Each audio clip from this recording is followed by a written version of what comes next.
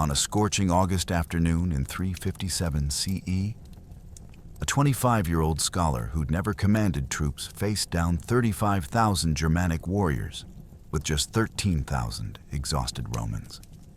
By sunset, the Alamanni Confederation lay shattered, and a bookish philosopher-prince had written his name in blood as one of Rome's greatest generals. Think about those numbers for a second. 13,000 against 35,000. That's nearly a 3-to-1 disadvantage. The Rhine frontier, Rome's last barrier against barbarian invasion, hung by a thread. Yet by the end of this video, you'll understand how a man they called _0_ turned certain annihilation into Rome's most complete victory in a generation. I'm about to reveal 3 things that will change how you see late Roman warfare forever. First, the cavalry disaster that should have ended the battle in the first 20 minutes. Second, why Julian personally grabbed a shield and charged into the Alamanni shield wall. And third, the secret formation that turned Roman infantry into an unstoppable killing machine. But here's what makes this truly unbelievable. How did a philosopher with 0 combat experience outmaneuver 7 Alamanni kings simultaneously? Why did Julian's own generals try to stop the battle from happening? What psychological trick convinced 13,000 terrified soldiers they could win the impossible? And how did one captured barbarian king's arrogance change the course of Western civilization? To understand how this librarian turned general saved Rome, we need to step back to when the empire itself was crumbling from within. Winter of 355 CE brought Julian to Gaul, and what he found would have broken lesser men. The Rhine frontier, Rome's shield against Germanic invasion for 3 centuries, was collapsing. Barbarian war bands crossed at will, burning Roman villas, enslaving citizens, laughing at imperial authority. Julian was 23 years old, raised in libraries, trained in philosophy, fluent in Greek literature. He'd never held a sword in anger. His cousin, Emperor Constantius II, had just handed him an impossible mission. Save Gaul with armies that didn't trust him, generals who despised him, and barbarians who saw him as a joke. The Alamanni Confederation, a loose alliance of Germanic tribes, had been raiding Roman territory for a decade. They'd defeated multiple Roman armies, grown fat on plunder, and now believed they owned the Rhine.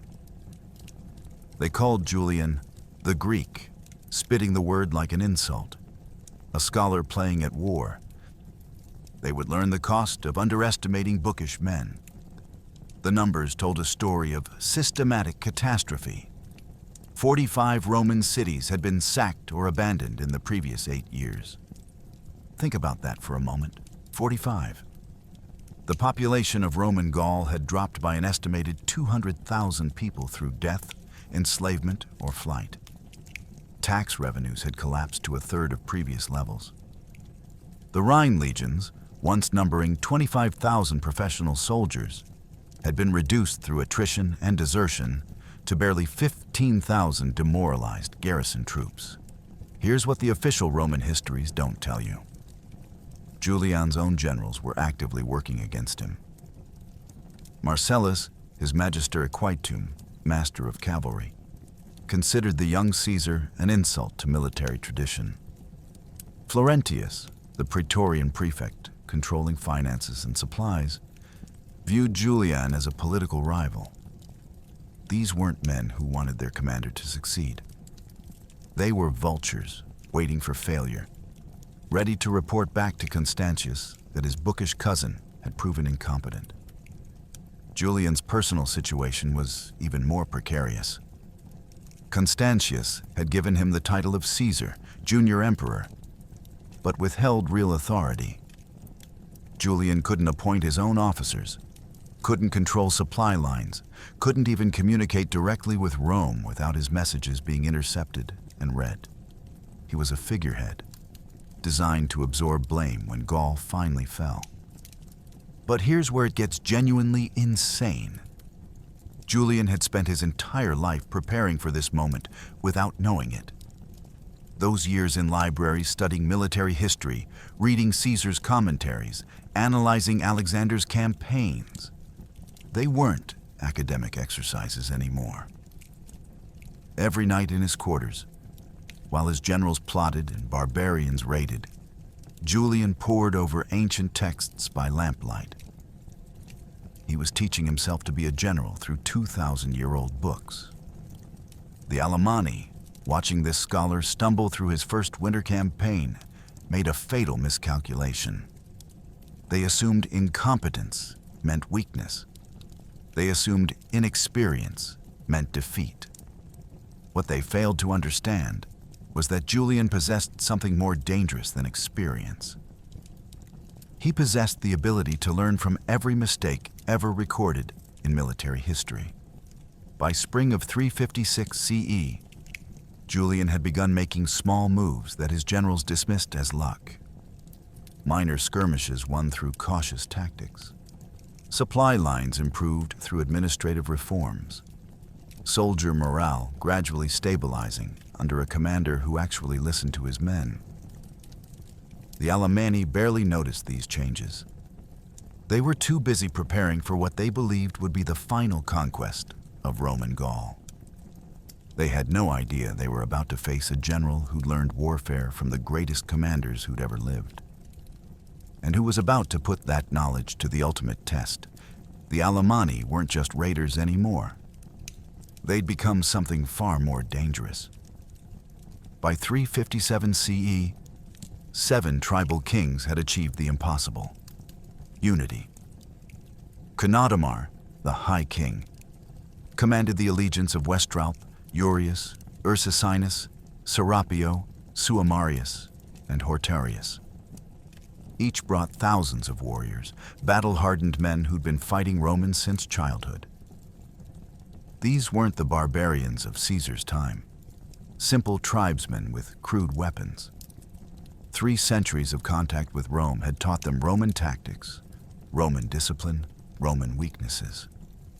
They forged iron, wore mail armor, deployed cavalry with devastating efficiency.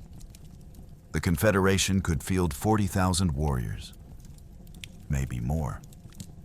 Roman intelligence reported the gathering with mounting dread. Spring raids turned into summer invasions. The Alamanni weren't just raiding anymore, they were conquering. Roman provinces in eastern Gaul were emptying, refugees flooding west, with stories of entire towns put to the sword. Julian's commanders urged retreat behind the Seine, abandoning the Rhine entirely. The philosopher-prince refused. The scale of Alamanni coordination defied everything Romans understood about barbarian warfare. Cnodamar had called a great council in March of 357, assembling all 7 kings at a location Roman spies couldn't penetrate. What emerged from those secret meetings was unprecedented: a unified command structure with Cnodamar as supreme war leader. Each subordinate king commanded his own tribal contingent, but answered to Cnodamar's strategic vision. Think about what that meant.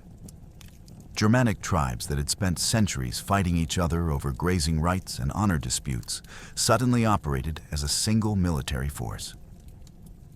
Here's what the Roman intelligence reports revealed, and what terrified Julian's generals. The Alamanni Confederation wasn't just larger than any previous barbarian army. It was better equipped. Scouts reported that 1 in 3 Alamanni warriors wore mail armor, Roman-style lorica hamata, either captured, traded, or forged by Germanic smiths who'd learned the technique. Their cavalry numbered at least 6,000 mounted warriors, compared to Julian's pathetic 800 horsemen. They carried Roman-patterned spears, fought in organized shield walls, and understood tactical concepts like flank security and reserve forces.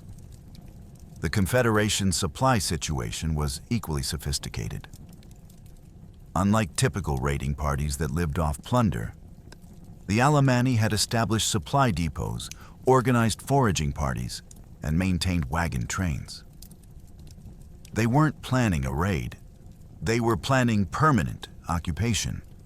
Roman deserters and Gallic collaborators had joined their ranks, providing intelligence on Roman dispositions, weak points in fortifications, and optimal crossing points on the Rhine.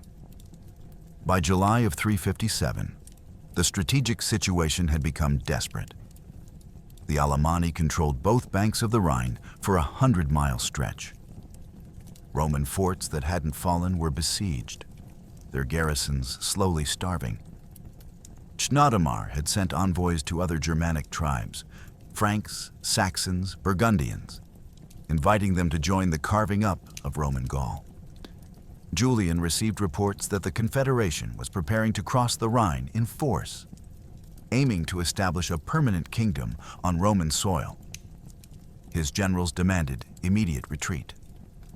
The philosopher-prince was studying maps, calculating march times, and planning something his officers would call insane.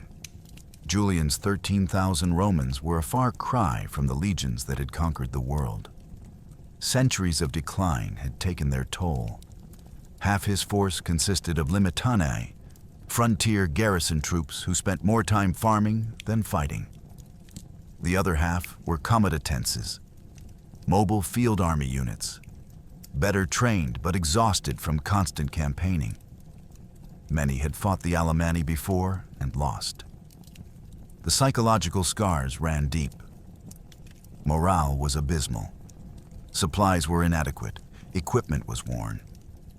These men had watched their comrades die in ambushes, seen their forts burned, learned to fear the Alamanni war cry. Julian's own generals barely hid their contempt. Marcellus, his magister equitum, openly questioned every decision. Florentius, the Praetorian prefect, withheld supplies and reinforcements, hoping Julian would fail. The Roman command structure was eating itself alive while barbarians carved up Gaul. But Julian possessed something his critics lacked. He could learn. Every night, he studied campaign histories, reading Caesar, Trajan, Marcus Aurelius by lamplight. If he couldn't match the Alamanni in experience, he'd match them in preparation. The equipment situation tells its own brutal story. Standard issue helmets were being shared between soldiers on different watch rotations. Body armor, the lorica segmentata that had protected Roman soldiers for centuries, was increasingly rare. Maybe one soldier in 5 possessed a complete set. The rest made do with leather jerkins reinforced with iron strips, or simply thick wool tunics. Think about that. Men expected to fight Germanic warriors in mail armor were protected by wool. Here's what the supply records reveal, and what Julian's officers tried to hide from him. The army's grain reserves held only 17 days of full rations. After that, soldiers would be on half rations, then quarter rations, then foraging in hostile territory while trying to fight a numerically superior enemy. The mathematics of starvation were inescapable. The cavalry situation was even more desperate. Julian commanded 800 horsemen total, 600 regular cavalry and 200 cataphracti, heavy armored cavalry that represented Rome's answer to Persian and Germanic mounted warriors. Against the Alamanni's 6,000 cavalry, the numbers were laughable. Roman cavalry doctrine required at least parity with enemy horsemen to protect infantry flanks. Julian had 1 horseman for every 7 Alamanni riders.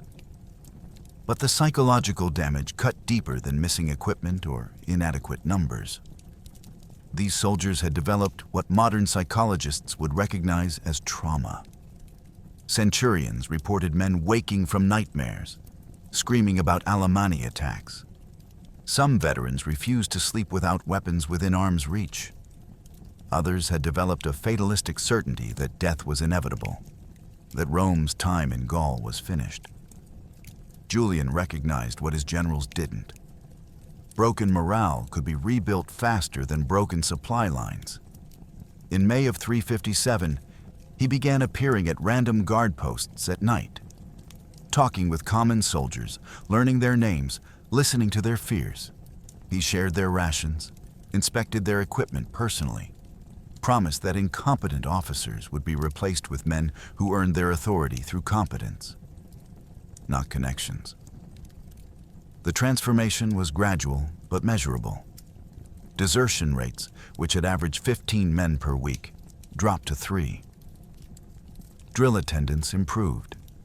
Soldiers who'd been going through motions started performing with precision. Julian was building something his generals couldn't see, an army that trusted its commander more than it feared its enemy. Within weeks, that trust would be tested in ways none of them could imagine.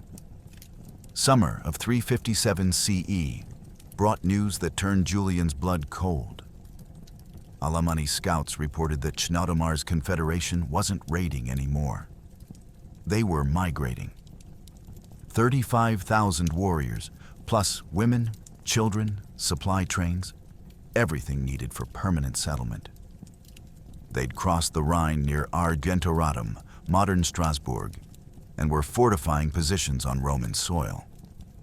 This wasn't an invasion force. It was a nation claiming new territory. The strategic implications were catastrophic.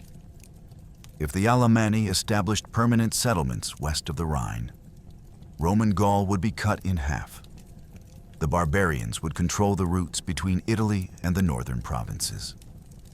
Constantius would be forced to recognize Alamanni territory or commit resources he didn't have to a war he couldn't win. Julian received explicit orders from the emperor. Avoid battle, negotiate, buy time. Any other general would have obeyed. Julian had spent 2 years watching negotiations fail, watching Roman authority crumble with every concession. He made his decision in the space of a heartbeat. The orders from Constantius were ignored. Julian would march to Argentoratum and force battle.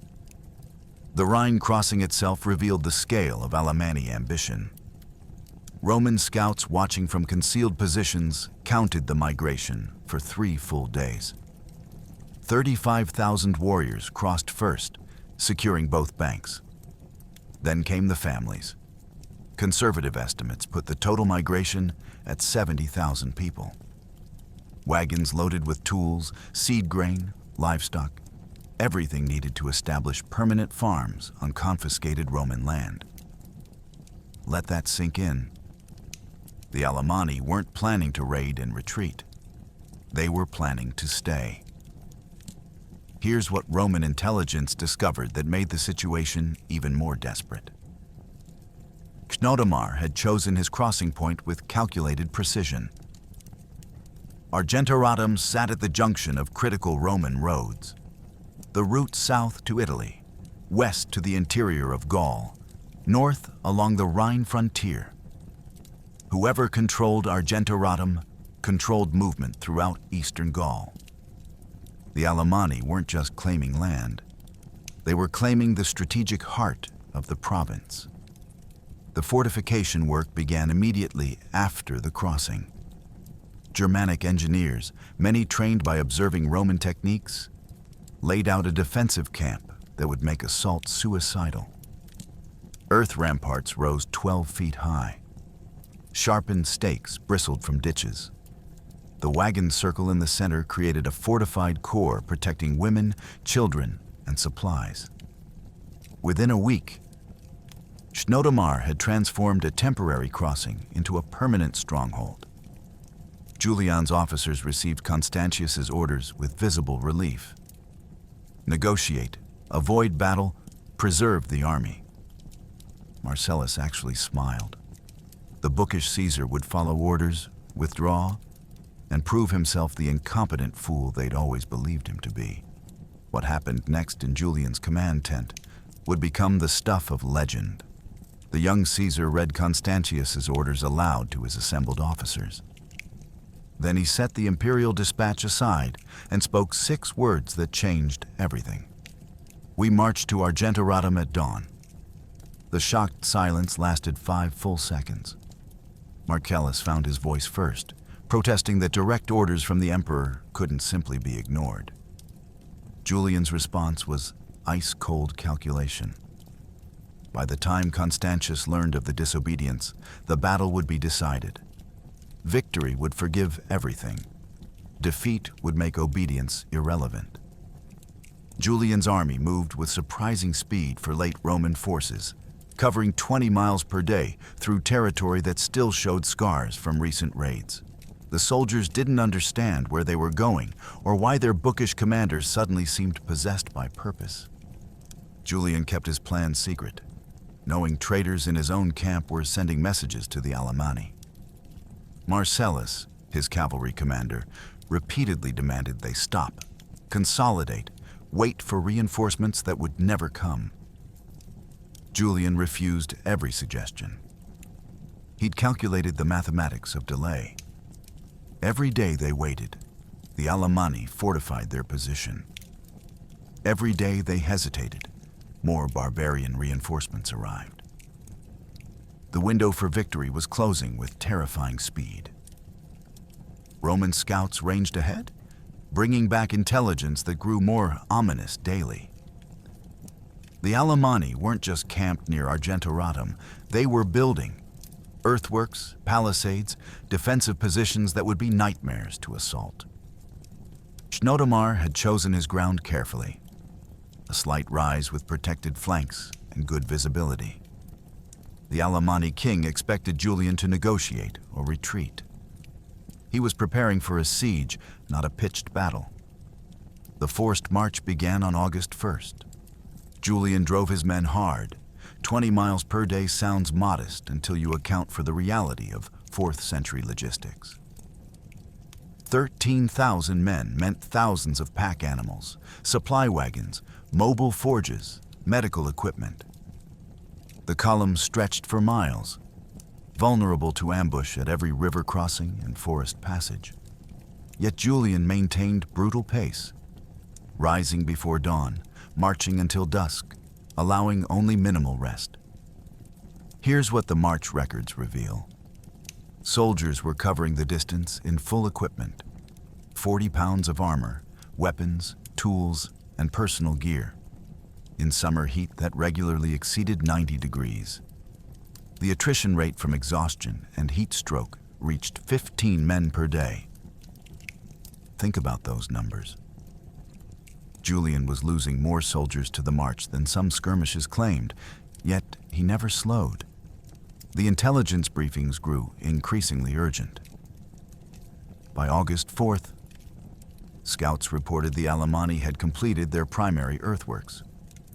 By August 6th, additional tribal contingents were arriving, another 3,000 warriors from allied tribes. The window Julian had calculated was closing faster than anticipated. His original plan had allowed 10 days to reach Argentoratum. He compressed it to 8. Marcellus made one final attempt to stop the madness on August 7th, 3 days from Argentoratum. He confronted Julian in front of the senior officers, demanding they halt and send negotiators. The Alamanni outnumbered them nearly 3-1. Their defensive position was nearly impregnable. Attacking would be suicide. Julian's response became legendary. He asked Marcellus a single question. How many times have we negotiated with barbarians in the past decade? The cavalry commander had no answer. Julian continued, his voice carrying across the command tent. Every negotiation emboldens them. Every concession proves Roman weakness. We march to Argentoratum, and we fight, because Rome doesn't beg for what is already hers. The army reached striking distance of Argentoratum on August 9th. From their position, Roman soldiers could see campfire smoke rising from the Alamanni position. 35,000 enemies waited just 8 miles away. Tomorrow, they would decide the fate of Roman Gaul. 8 miles from Argentoratum, Julian called a council of war that nearly tore his army apart. The Roman commanders gathered in Julian's tent, maps spread across campaign tables, and what should have been tactical planning became open mutiny. Marcellus spoke first, his contempt barely masked. The Alamanni held superior numbers, superior position, superior morale. Attacking would be suicide. Better to fall back, consolidate forces, request reinforcements from the emperor. Florentius supported him, citing supply shortages, exhausted troops, poor tactical position. One by one, Julian's senior officers voiced agreement. They weren't advising caution, they were refusing to fight. The philosophical-prince who'd spent his life in libraries faced the moment that separates great commanders from dead ones. Julian could accept their counsel, preserve his army, and watch the Rhine frontier collapse. Or he could stake everything on one desperate gamble. Here's where Julian revealed the steel beneath his scholarly exterior. He listened to each officer, nodded thoughtfully, then delivered a speech that his chroniclers would preserve for posterity. They had marched too far to turn back. The soldiers had endured too much to retreat. Roman honor demanded battle. If his generals refused to fight, Julian would lead common soldiers instead. The tactical arguments against battle were mathematically crushing.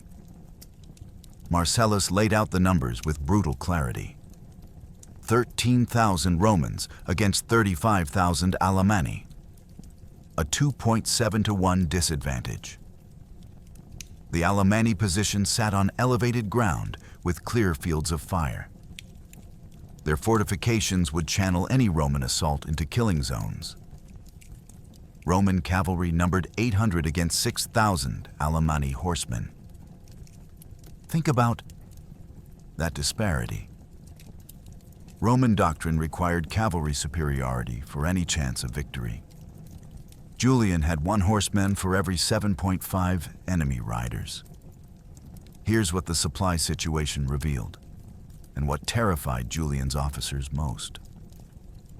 The army carried 9 days of full rations remaining. A siege would require weeks, maybe months. Foraging in hostile territory while maintaining siege lines was impossible. The mathematics of starvation guaranteed Roman defeat without battle. Tribune Bainobaudes, commanding the Cornuti Auxilia, spoke what others were thinking. Quote 5. The accusation hung in the tent like poison. Other officers nodded agreement. This wasn't just tactical disagreement, it was accusation of criminal incompetence. Julian stands, and the tent falls silent. His voice carries quiet intensity that makes shouting unnecessary. He reminds them of every Roman defeat in the past decade, every negotiation that bought temporary peace and permanent weakness. He asks them to calculate what retreat means. The Alamanni established their kingdom. More tribes cross the Rhine. Within 5 years, Roman Gaul ceases to exist. Then Julian plays his final card. I will lead the assault personally. First rank, first contact. If my judgment proves wrong, I die before any soldier under my command. The words detonate like thunder. Roman generals don't fight in front ranks. Julian has just made the ultimate commitment, his life as guarantee of victory. Marcellus tries one final protest, but the moment has shifted. Junior officers are watching Julian with new respect. A commander willing to die with his men commands loyalty that threatened punishment never could. The meeting ends without resolution, but everyone knows battle is coming. Tomorrow, at Argentoratum, 13,000 Romans will attack 35,000 Alamanni, and their bookish Caesar will lead from the front. Dawn of August 10th, 357 CE, revealed the full magnitude of Julian's gamble. From the Roman position, scouts could see the Alamanni deployment spreading across the plain like a dark ocean. 35,000 warriors arranged in tribal contingents, each king's forces distinct by their shields and standards. The Confederation's right wing consisted of Chenodomar's elite warriors, battle-hardened veterans who defeated Romans before. The center massed with thousands of infantry, a sea of spears and shields extending half a mile wide. The left wing deployed lighter-armed skirmishers supported by cavalry. Behind everything, wagons formed a defensive circle, protecting families and plunder. The Alamanni were ready for every contingency, except the one Julian planned. The battlefield itself favored neither side decisively, a relatively flat plain broken by gentle rises and scattered woods. The afternoon sun would be in the Alamanni's eyes. Small advantage, but Julian noticed everything. The Romans formed their traditional battle line with modifications Julian had studied from ancient texts. Heavy infantry in the center, lighter troops on the flanks, cavalry split between both wings. 13,000 men stretched thin, trying to match the Alamanni front without creating fatal gaps. The specific deployment numbers told a story of desperation. Julian's battle line extended approximately 1,200 yards, just over 2/3 of a mile. That meant roughly 11 soldiers per yard of front. The Alamanni line, with nearly triple the manpower, deployed 30 men per yard in some sections. Think about what that meant for the coming battle. Where Roman lines stood 3 ranks deep, Alamanni formations massed 8 to 10 ranks deep. When the lines collided, Romans would face wave after wave of fresh warriors. Here's what Roman officers noticed that morning, and what made veterans grip their weapons tighter. The Alamanni weren't just numerous, they were confident. Warriors beat shields in rhythmic thunder. War chants rolled across the plain in Germanic dialects. Some Alamanni stripped to the waist, displaying scars from previous battles, challenging Romans to single combat. This wasn't an army afraid of battle. This was an army that expected victory.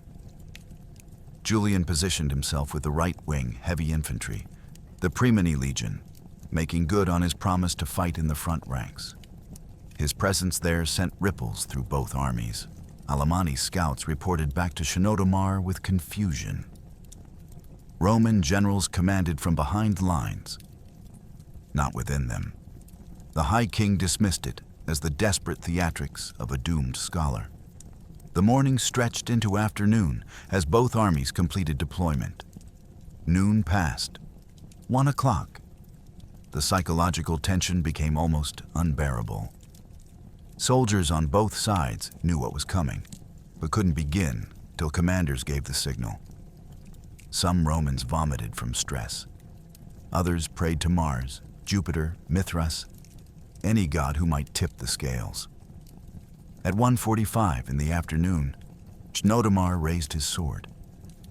The Alamanni war cry exploded across the plain, 35,000 voices screaming as one. The Confederation began its advance, and the fate of Roman Gaul hung on what would happen in the next 60 minutes. 2 in the afternoon struck like the hammer of God himself. And immediately, everything went catastrophically wrong. Julian's plan called for cavalry on both wings to engage first, disrupting Alamanni formations before the infantry closed. Marcellus commanded the right-wing cavalry, roughly 600 horsemen, Rome's elite cataphracti and lighter cavalry mixed together. They advanced at the trot, building to a thunderous gallop, lances lowered for the shock. The Alamanni cavalry met them head-on in a collision that echoed across the plain. For approximately 5 minutes, the cavalry battle raged with savage intensity. Horses screamed, men died, and steel rang against steel and shield. Then, Marcellus's wing broke. Not a gradual withdrawal, not a tactical retreat, they simply turned and fled. 600 Roman horsemen abandoned the battlefield. leaving Julian's right flank completely exposed. The Alamanni cavalry wheeled, preparing to roll up the exposed Roman infantry from the side. In that moment, 13,000 Romans faced annihilation. The left-wing cavalry, seeing their comrades routed, began to waver. If they fled too, the entire Roman line would collapse in minutes. The specifics of the cavalry disaster reveal why it happened so quickly. Marcellus's 600 horsemen crashed into 3,000 Alamanni cavalry, a 5-to-1 disadvantage. The Roman cataphracti, heavy armored cavalry designed to break infantry formations, found themselves swarmed by lighter, more maneuverable Germanic horsemen. Within seconds of contact, the numerical disparity became crushing. For every Roman lancer, 5 Alamanni riders surrounded him, attacking from multiple angles simultaneously. Here's what surviving Roman cavalry later reported, and what military historians still debate. The Alamanni used a tactic Romans hadn't encountered before: coordinated feigned retreats. Germanic horsemen would engage briefly, then wheel away as if fleeing. When Roman cavalry pursued, they rode into prepared ambushes where fresh Alamanni riders waited. Marcellus's formation disintegrated not through cowardice, but through tactical sophistication they hadn't expected from barbarians.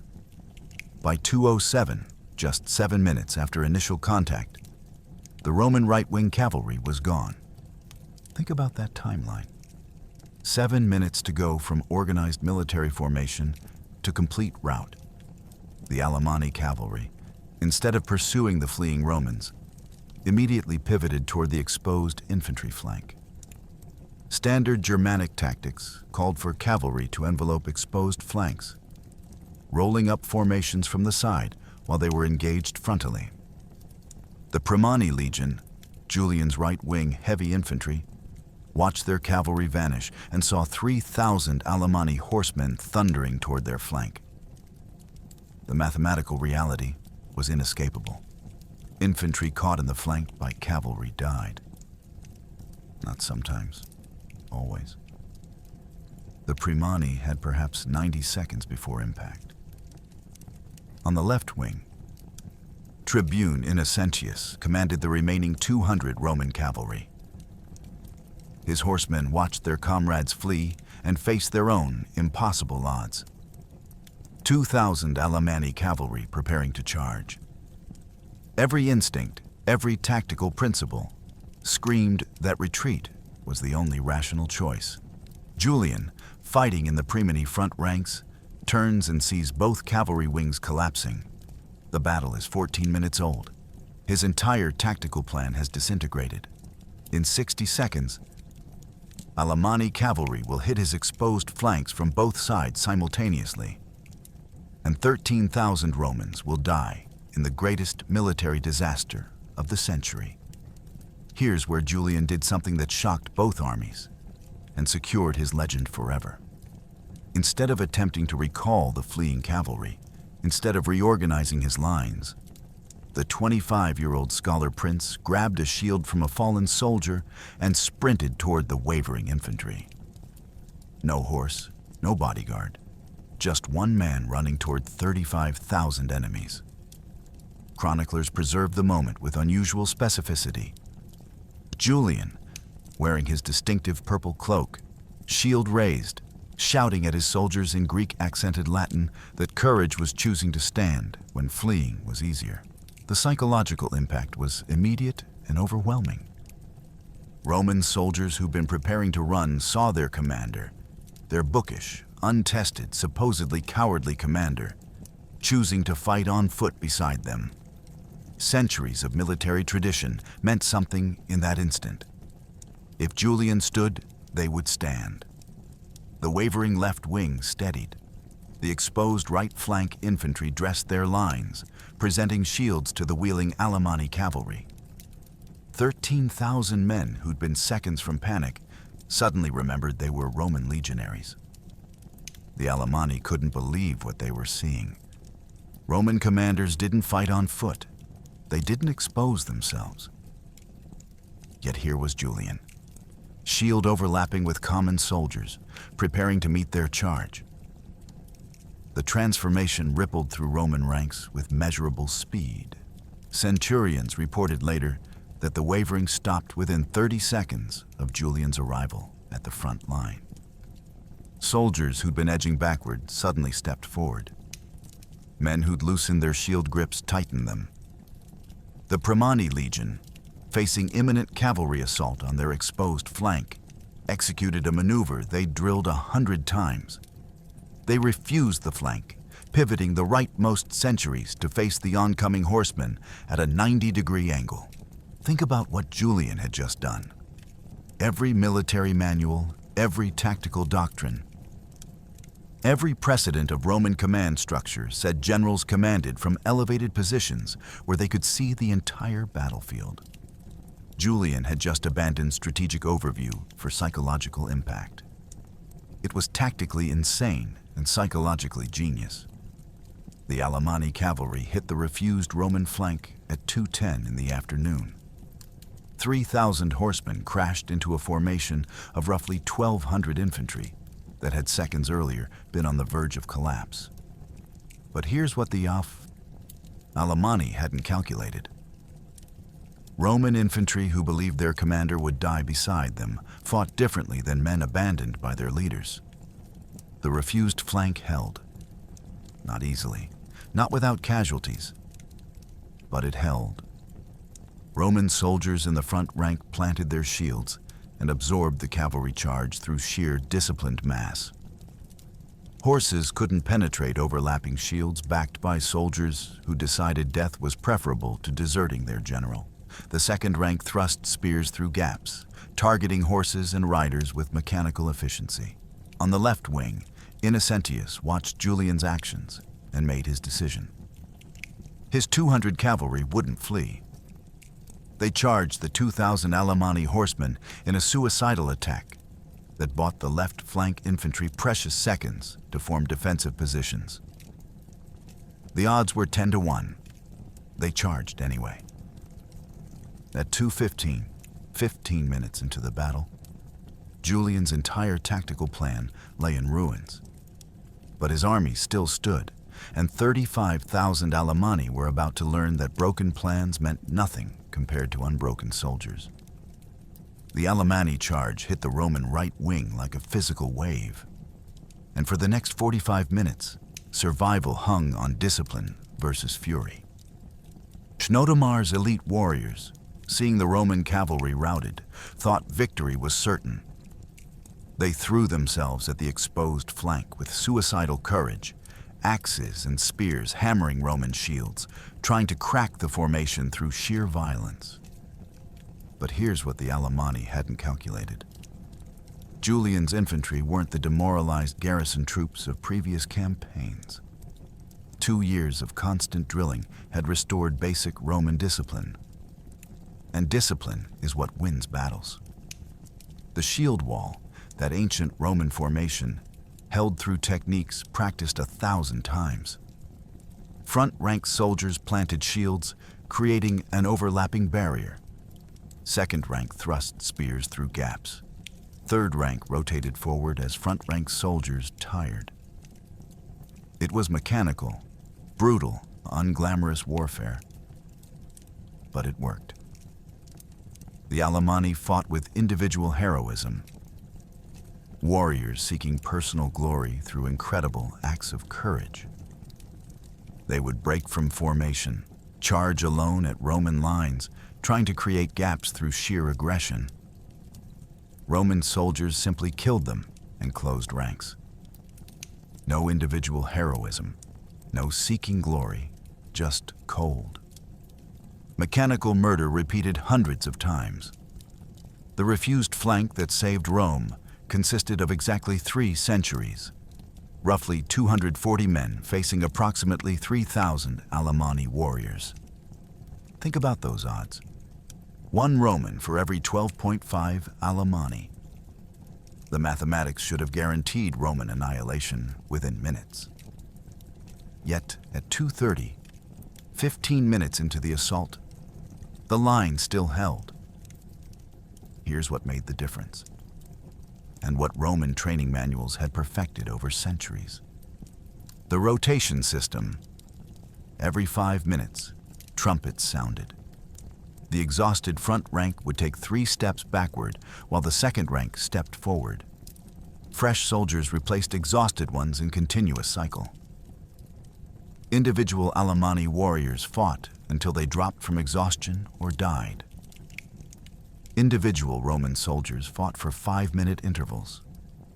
The casualty statistics from this 45-minute struggle tell their own brutal story. The Alamanni left roughly 600 dead in front of the Roman refused flank. The Romans lost 37 killed and 92 wounded seriously enough to leave the formation. That's a 16-to-1 casualty ratio achieved through nothing but superior discipline and rotation. But by 3 o'clock, even Roman discipline was reaching its breaking point. The same 240 men had been rotating through combat for 45 minutes. Some soldiers had fought 4 separate 5-minute rotations. Arms trembled from exhaustion. Shields felt like they weighed 100 pounds. The Alamanni assault hadn't slackened. If anything, it intensified as more tribal warriors joined the attack on what they saw as Rome's weak point. Julian, still fighting in the front ranks, watched his refused flank begin to buckle. The formation was holding, but how much longer? And if it broke, the entire Roman army would be rolled up from the flank and destroyed. While the right wing fought for survival, Julian's center launched the crucial advance that would determine everything. The Roman heavy infantry, formed in traditional deep formations, began a methodical push against the Alamanni center. This wasn't a wild charge. It was a grinding, disciplined advance measured in feet. Every few minutes, trumpets would sound. The entire Roman line would step forward in unison. Front-rank soldiers would thrust with their spears, targeting faces and throats above enemy shields. Then step forward again. The psychological effect on the Alamanni was devastating. They were used to fluid, dynamic combat where courage and individual skill mattered. The Roman advance was inhuman, mechanical, unstoppable. No matter how many warriors they threw at the advancing shields, the Romans kept coming. Here's the statistical reality that turned the battle. The Alamanni had numerical superiority, roughly 35,000 against 13,000. But battles aren't won by total numbers. They're won at the point of contact. The Roman formation meant approximately 2,000 men were actually fighting at any moment, rotated constantly to prevent exhaustion. The Alamanni couldn't bring their full numbers to bear, pressed together in their own mass. Roman efficiency was grinding through Alamanni courage. The Roman advance began at 2:20 in the afternoon, 5 minutes after the cavalry disaster. Tribune Severus commanded the center. 5,000 heavy infantry organized in cohorts, 4 ranks deep.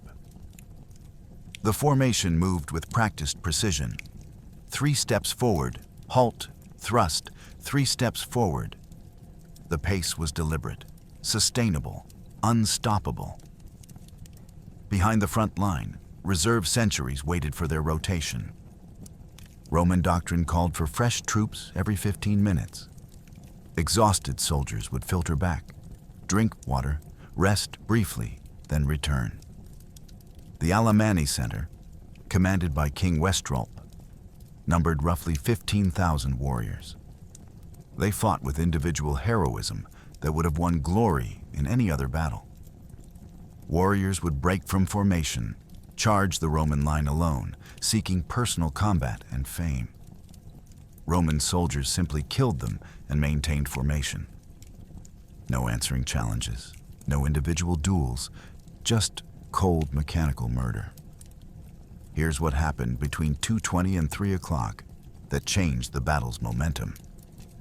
The Roman center advanced 120 yards in 40 minutes. Think about that pace. 3 yards per minute. It sounds trivial until you understand what it meant. Every yard forward was purchased with Alamanni blood. Every step meant the Alamanni center was being compressed backward, losing space, losing cohesion. By 3 o'clock, the Alamanni center was in crisis. Westralp's warriors were being pushed back onto their own reserves, creating dangerous overcrowding. Warriors in the front couldn't retreat when exhausted. Those in back couldn't advance to relieve them. The Roman killing machine just kept grinding forward, step by mechanical step, and the Alamanni had no answer for discipline that refused to break. 4:30 in the afternoon brought the cascade of disasters that would shatter the Alamanni Confederation forever. The Roman center had been advancing for over 2 hours, and the cumulative effect was breaking Alamanni cohesion. Individual tribal contingents, which had maintained their own formations, began losing contact with each other. Gaps appeared in the Alamanni line, fatal gaps. Julian, still fighting in the front ranks, somehow maintained strategic awareness. When scouts reported gaps forming, he immediately ordered reserves forward. Fresh Roman centuries poured through breaks in the Alamanni formation, turning what had been a frontal battle into a complex melee. The Alamanni kings tried desperately to rally their men. Westralp led a counterattack that briefly pushed Romans back. Serapio's warriors formed a new defensive position, but the coordination between tribal contingents was disintegrating. Each king fought his own battle now, unable to support the others. Then the unthinkable happened. Suamarius, one of the 7 kings, fled the field. His entire tribal contingent followed him, opening a massive gap in the Alamanni left wing. The sight of warriors fleeing broke something fundamental in Alamanni morale. If kings were running, why should common warriors die? The specific timeline of collapse reveals how quickly Confederation unity shattered. At 4:32, Suamarius's contingent, approximately 4,000 warriors, abandoned their position. By 4:35, the gap had widened to 200 yards of completely undefended line. Roman reserves, the Batavi Auxilia numbering 800 men, poured through the breach and hit the neighboring Alamanni contingent from the side. Here's what battlefield observers recorded that makes this moment so devastating. The Alamanni weren't losing because Romans were better warriors individually. Germanic fighters matched or exceeded Roman skill in single combat. They were losing because their command structure was dissolving. Westralp couldn't communicate with Serapio. Serapio couldn't coordinate with Ursus. 7 kings meant 7 separate battles happening simultaneously, and Romans were winning each one through superior coordination. At 4:40, King Hortarius fell. A Roman pilum, thrown from 20 feet, caught him in the throat. His warriors, seeing their king die, wavered. Some tried to recover his body, others fled. The contingent disintegrated within minutes. Think about the psychological impact. 2 kings gone in 10 minutes. 1 fled, 1 dead. The Confederation that had seemed invincible that morning was coming apart like rotten rope. By 4:45, the Alamanni line had transformed from organized resistance into a collection of isolated strongpoints. Chnodamar, the High King, watched his carefully assembled Confederation collapse and faced the most important decision of his life: rally what remained for a desperate final stand, or save what he could through retreat.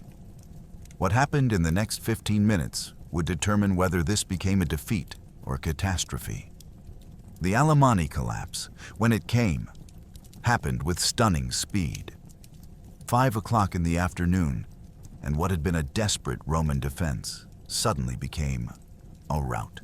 The tribal confederations that had seemed so formidable that morning revealed their fatal weakness: unity based on shared interest rather than shared command.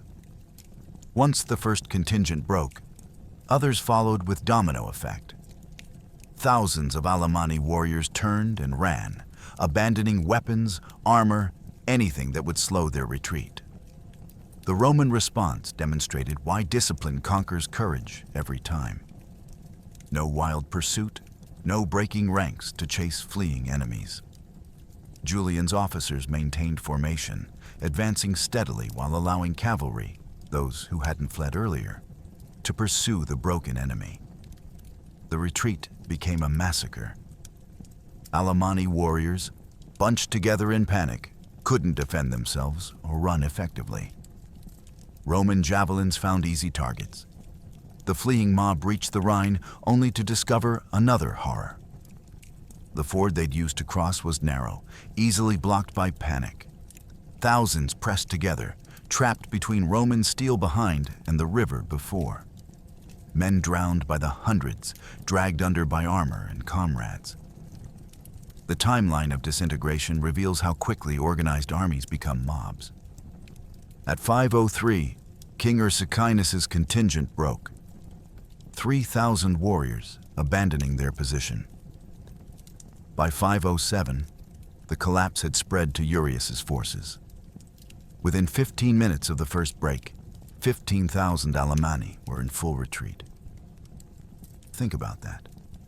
15,000 men who'd been fighting courageously suddenly decided survival meant flight. Here's what Roman cavalry reported from the pursuit and what makes this rout so devastating. The Alamanni ran in tribal groups, which meant they bunched together, creating dense masses of humanity moving at panic speed.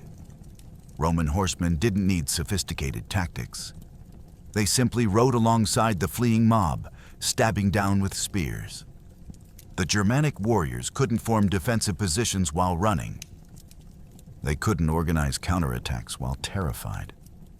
They just died. The Rhine ford became a killing ground that eclipsed the battle itself. The crossing point, adequate for an organized migration, became a death trap for panicked flight. Witnesses reported the ford was 30 yards wide at its narrowest point. Thousands of warriors tried forcing through simultaneously. Men fell, were trampled, drowned in water barely 4 feet deep. Roman archers positioned on the eastern bank and fired into the packed mass at the ford. Missing was impossible.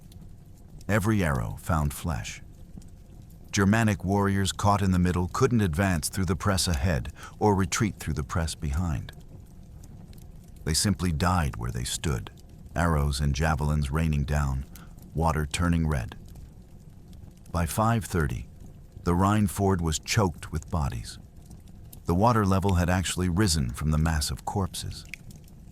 Survivors were climbing over their dead comrades, trying to reach the far bank. But Chenodomar, the high king who'd assembled this great confederation, refused to join the rout.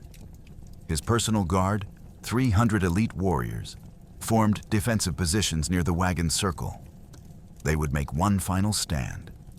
Chenodomar, the high king of the Alamanni, refused to accept what was happening around him. While other tribal contingents fled, while his confederation disintegrated, he rallied his personal guard for one final stand. These were his elite warriors. 300 men who'd sworn blood oaths, fought beside him for decades, shared in his victories. They formed a desperate shield wall near the wagon circle, protecting the women and children. For 30 brutal minutes, Chenodomar's guard held against overwhelming numbers. Romans surrounded them completely, attacking from every direction. But the Alamanni elite fought with the courage of doomed men. They knew they wouldn't survive. They just wanted to give their families time to escape. Roman casualties in this final phase were actually higher than earlier in the battle. Desperate men fight harder than confident ones. Chenodomar himself fought like the warrior king he was, killing Roman soldiers even as wounds accumulated on his body. But mathematics overwhelmed courage. One by one, his guard died. When only 50 men remained, the circle finally broke. Chenodomar tried to flee on horseback, was pursued by Roman cavalry, and finally captured after his horse stumbled. The last stand began at 5:40 in the afternoon. Chenodomar positioned his 300 guards in a circular formation, approximately 60 yards in diameter. Shields locked, spears bristling outward. Behind them, wagons full of families watched their men prepare to die. Roman forces converging on the position numbered roughly 2,000. Infantry from multiple legions, cavalry units that had regrouped after the earlier rout. The odds were nearly 7-1. Here's what makes Chenodomar's stand remarkable. His guards inflicted 83 Roman casualties in 30 minutes, more than the Romans had lost in some entire sectors during the main battle. Think about that ratio.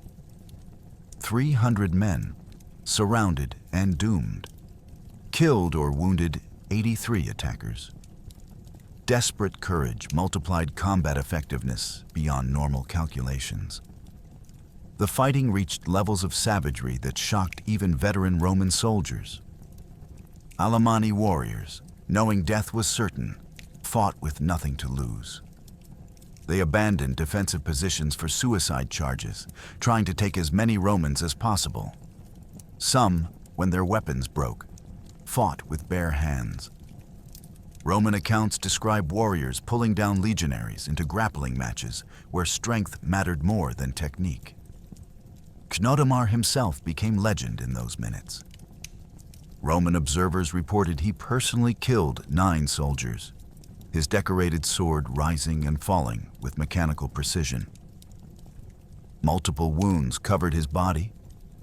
A spear thrust through his left shoulder, sword cuts across his chest, an arrow in his thigh. He fought on, refusing to fall while his men still stood. By 6:10, only 50 guards remained alive, forming a final desperate circle. The Romans stopped their assault briefly, offering surrender. Chenodomar's response was to kill another legionary. The circle finally broke when Romans attacked from all sides simultaneously, overwhelming the last defenders through sheer mass. Chenodomar mounted his horse, tried fleeing through the Roman encirclement. Roman cavalry pursued. His horse, exhausted and wounded, stumbled after 200 yards. The High King fell, was surrounded, and surrendered to avoid being killed. Sunset revealed the true scale of Roman victory. And the numbers were staggering even by ancient warfare standards. 6,000 Alamanni warriors lay dead on the battlefield itself, their bodies carpeting the plain from the initial Roman position to the Rhine. The river had claimed thousands more, their armor-clad corpses floating downstream or tangled in the shallows. Reliable Roman sources, particularly Ammianus Marcellinus, who was present, reported total Alamanni casualties at 8,000 to 10,000 dead, with thousands more wounded and captured. The Roman losses? 243 dead, 4 senior officers, 239 common soldiers. Think about those numbers for a moment. 13,000 Romans had faced 35,000 Alamanni and killed or captured roughly 1/3 of them while losing less than 2% of their own force. It's a casualty ratio that seems impossible, yet multiple independent sources confirm it.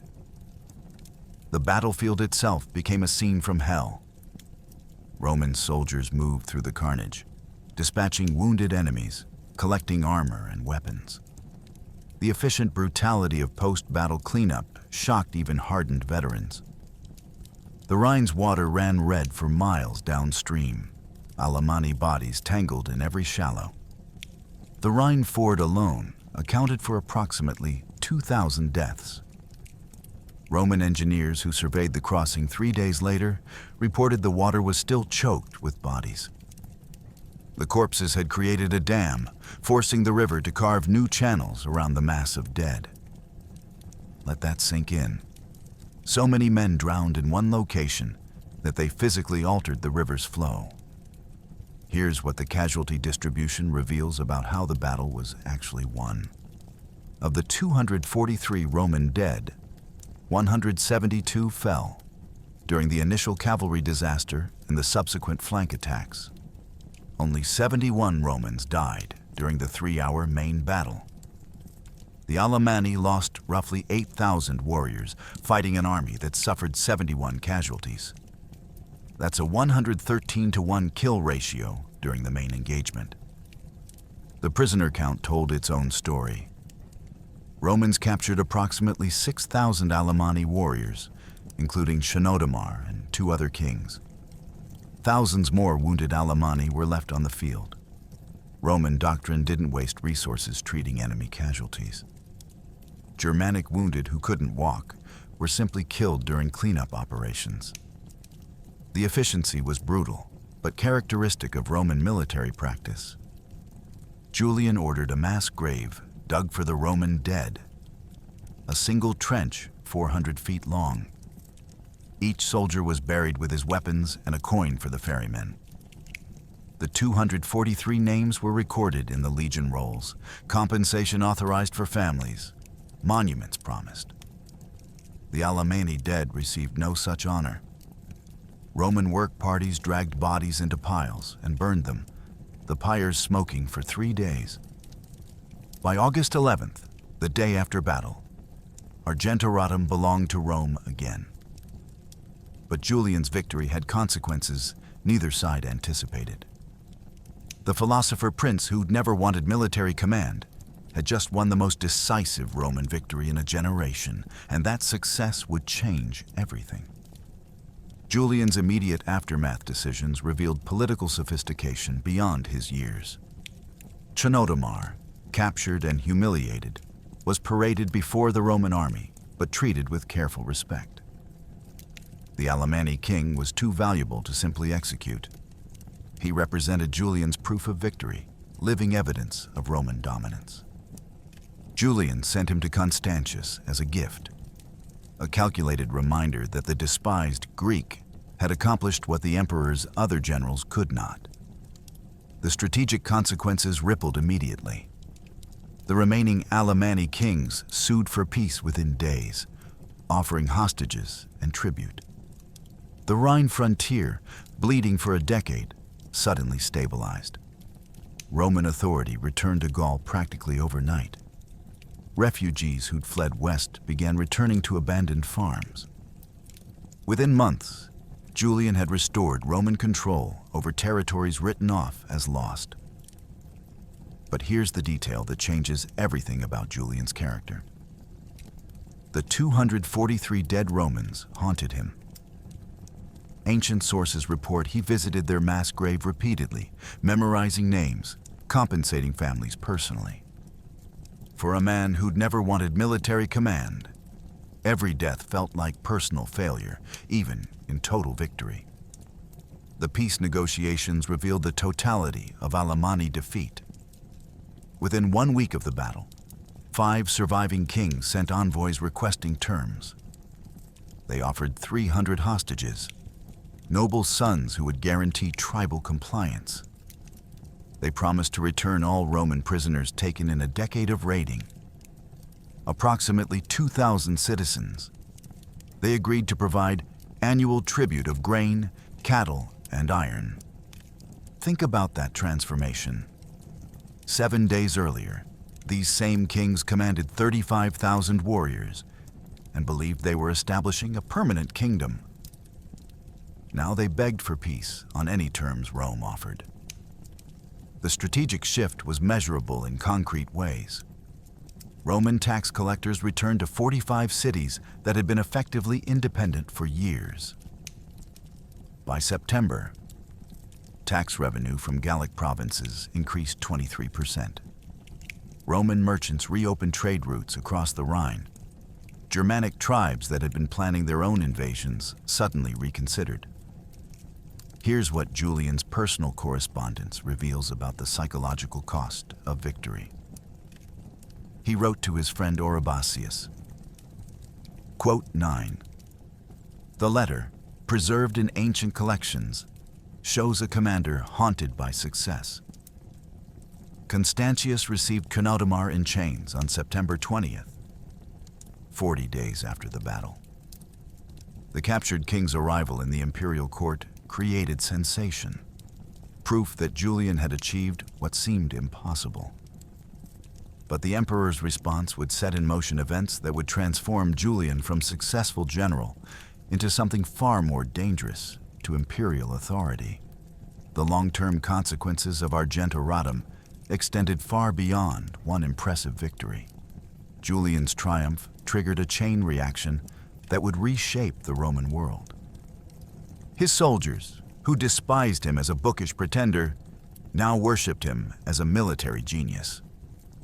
That loyalty would prove crucial 3 years later, when those same legions proclaimed Julian emperor against Constantius's wishes, sparking civil war.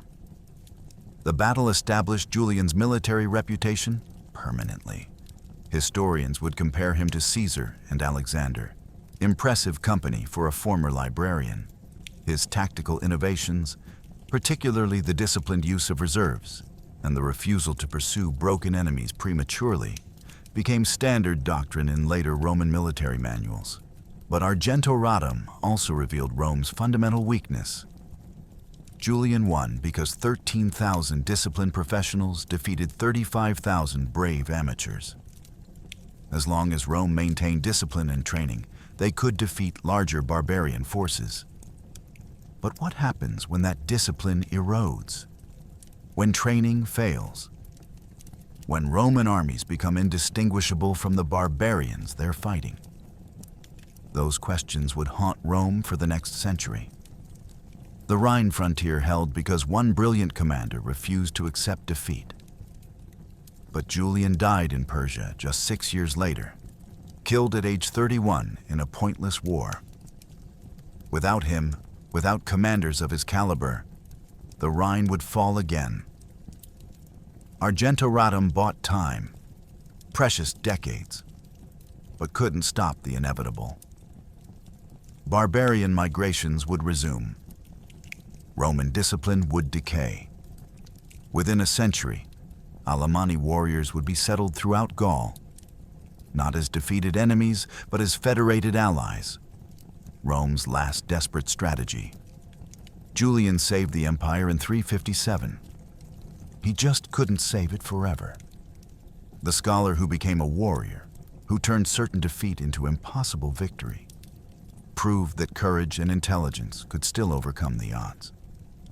That one brilliant mind, properly applied, could change history's course. 13,000 Romans defeated 35,000 Alamanni because their commander refused to accept the probable and insisted on the impossible. Sometimes, the most unlikely generals write the most lasting victories. The transformation happened with shocking speed. In February of 360, just 30 months after Argentoratum, Julian's legions proclaimed him Augustus, full emperor, in direct defiance of Constantius. The soldiers who'd once mocked him as, quote, 10, now threatened to mutiny if he refused the purple. Think about that loyalty shift. The same army that had nearly refused to fight at Argentoratum would now risk civil war for their commander. Here's what the historical record reveals about Julian's ultimate trajectory. He ruled as sole emperor for only 20 months after Constantius died in 361. In June of 363, during a disastrous Persian campaign, Julian died from a spear wound. He was 31 years old. The philosopher-prince who'd saved the Rhine frontier died attacking an enemy that posed no immediate threat to Rome, chasing Alexander's ghost into Mesopotamia. The cruel mathematics of Roman decline became clear within decades. Argentoratum secured the Rhine for approximately 50 years. But in 406, just 49 years after Julian's death, Vandals, Alans, and Suevi crossed the frozen Rhine in massive numbers. The frontier Julian had saved collapsed permanently. By 450, Alamanni tribes weren't invading Gaul. They were settled inhabitants, ruling territories as federated allies because Rome lacked the strength to stop them. The ultimate irony cuts deepest. Julian's brilliant victory at Argentoratum made him too dangerous to remain Caesar. His success threatened Constantius politically, triggering the civil war that diverted Roman resources from frontier defense to internal conflict. The battle that saved the Rhine also set in motion events that would eventually destroy it. But here's what military historians still study 16 centuries later. Julian proved that impossible odds mean nothing against superior leadership and discipline. 13,000 against 35,000. 243 dead versus 8,000 to 10,000. Those numbers defy probability. Yet they happened because one man refused to accept defeat. The scholar who became a warrior, who turned certain annihilation into total victory, demonstrated something that echoes through history. Courage without discipline is just noble death. Discipline without courage is just efficient surrender. But courage and discipline combined, led by genius, can achieve the impossible. Julian's legacy isn't that he saved Rome forever. No one could. His legacy is proving that one brilliant commander, properly supported, can defeat odds that mathematics says are unbeatable. Argentoratum stands as eternal proof that sometimes, just sometimes, the most unlikely generals write the most enduring victories.